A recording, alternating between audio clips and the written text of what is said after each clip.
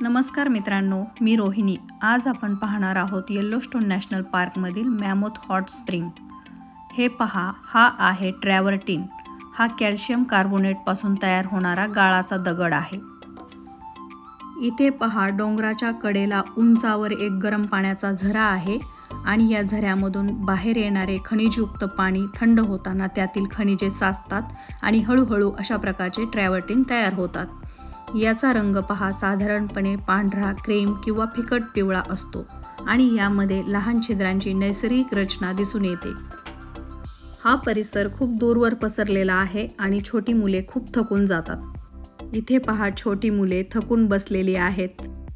इथे पहा, पायऱ्यांसारखे सुंदर ट्रॅव्हर्टीन टेरेस आपल्याला पाहायला मिळतात। समोरचा डोंगर पहा, किती स्वच्छ आणि सुंदर आहे। हा ट्रॅव्हर्टीन दगड चुनखडीपासून तयार झालेला असतो। तो मध्यम मजबूत मानला जातो आणि मार्बलपेक्षा थोडा कमी, पण अनेक नैसर्गिक दगडांपेक्षा टिकाऊ असतो। या ठिकाणी हजारो वर्षांपासून ट्रॅव्हर्टीन टिकून आहेत, यावरून याची नैसर्गिक मजबूती दिसते। आता या परिसरात फिरताना कुठली काळजी घ्यावी लागते ते पाहूयात। हा ट्रॅव्हर्टीन दगड दिसायला जरी मजबूत वाटत असला तरी काही ठिकाणी तो आतून पोकळ किंवा नाजूक असू शकतो, म्हणूनच नेहमी या बोर्डवॉकवरून चालावे लागते। गरम पाण्याच्या झऱ्यांजवळ जाऊ नका, कारण काही ठिकाणी पाण्याचे तापमान अतिशय जास्त असते।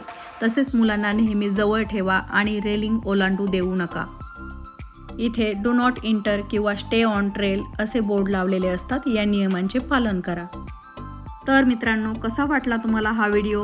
निसर्गाने घडवलेली ही अद्भुत कलाकृती खरोखरच डोळ्यांना आणि मनाला समाधान देते।